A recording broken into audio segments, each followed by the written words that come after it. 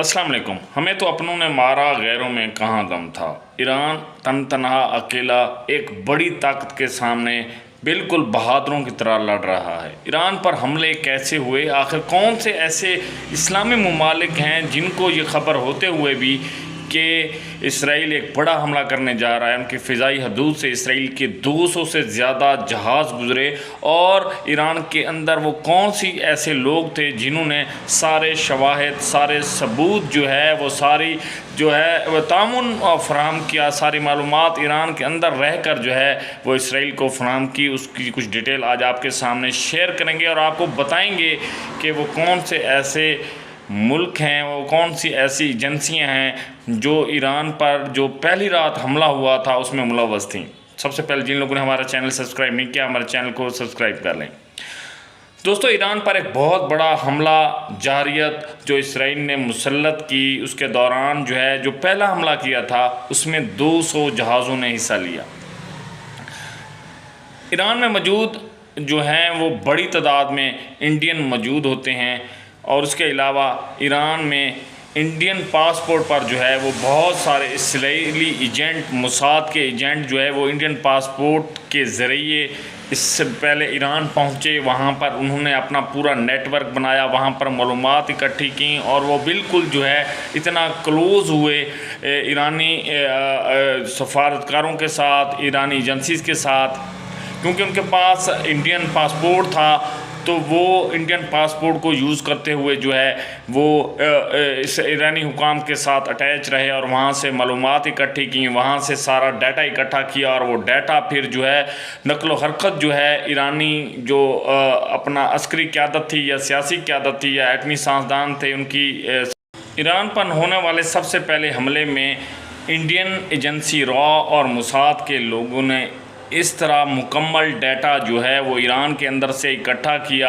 ईरानी अस्करी क़यादत, ईरानी एटमी साइंसदान और ईरानी अहदाफ को बिल्कुल जो है वो ट्रेस किया, और उसकी सारी मालूमात जो हैं वो इसराइल के साथ शेयर की, और इसराइल ने बैठ के ये सारा हमला अरेंज किया। उसके बाद इसराइल जो है वो तकरीबन 200 से ज़्यादा तैयारे लेकर जो है वो इसराइल से उड़ा और उसने ईरान पर हमला किया।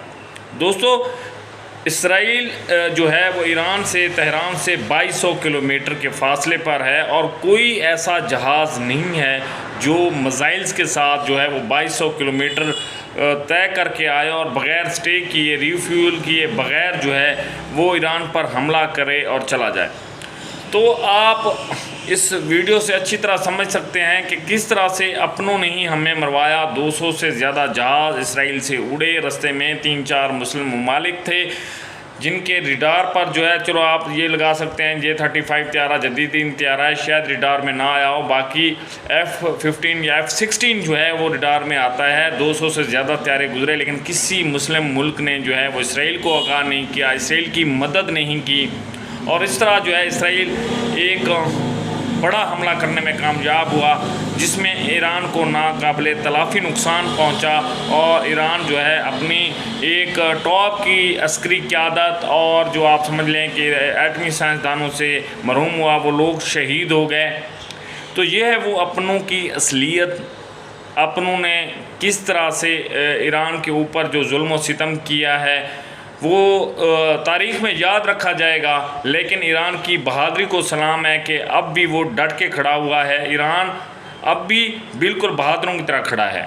इतने बड़ा हमला होने के बावजूद भी जब ईरान फिर से डट गया और फिर ईरान खड़ा हुआ, और उसने बहुत बड़ी तादाद में बैलिस्टिक मिसाइल और दूसरे सुपरसोनिक मिसाइलों से जो है वो इसराइल पर हमला किया, इसराइल पर ड्रोन दागे, इसराइल को बताया कि ईरान झुकने वाला नहीं है। जबकि दूसरी तरफ इसराइल के साथ कुछ मुस्लिम ममालिक भी खड़े हुए थे और सुपर पावर भी साथ था, बहुत सारे यूरोपियन ममालिक भी हैं, बरतानिया भी खड़ा हुआ है। सीधी सी बात है, पूरी दुनिया तकरीबन जो है वो इसराइल के साथ खड़ी हुई है, लेकिन इसके बावजूद भी बहादुरी का मुजाहरा किया ईरान ने। ईरान फिर उठा, उसने मुंह तोड़ जवाब इसराइल को दिया। सबसे बड़े दुख की बात यह है कि जब ईरान इसराइल पर ड्रोन्स या सुपरसोनिक या बैलिस्टिक मिसाइल फायर करता है तो रास्ते में उसे जो है कब्रस, इराक़, शाम, उर्दन سارے مل کر جو ہے وہ راستے میں روکنے کی کوشش کرتے ہیں کہ یہ میزائل اسرائیل پر ہٹ نہ ہوں۔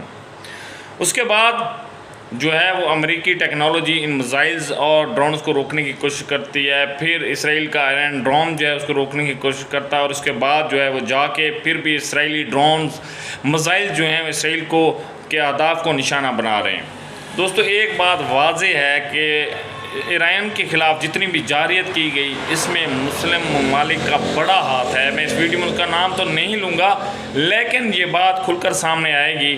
لیکن ایران پیچھے ہٹنے والا نہیں ہے، یہ سب مل کے آ جائیں انشاءاللہ۔ ایران اب بھی منہ توڑ جواب دے رہا ہے اسرائیل کو، اور انشاءاللہ دیتا رہے گا۔ اور اس جنگ میں جو ہے ایران نے واضح کیا ہے کہ ایران کسی سے کم نہیں ہے۔ اگر اسرائیل جارحیت مسلط کرنا چاہتا ہے تو کر کے دیکھ لے۔ اگر ایران کا نقصان ہو رہا ہے تو اس سے زیادہ اسرائیل کا نقصان بھی ہوگا۔ اب یہ جنگ جاری ہے، آپ اس کے بارے میں کیا کہیں گے کمنٹ سیکشن میں ضرور بتائیے گا، اور ہمارے چینل کو سبسکرائب کرنا نہ بھولیں۔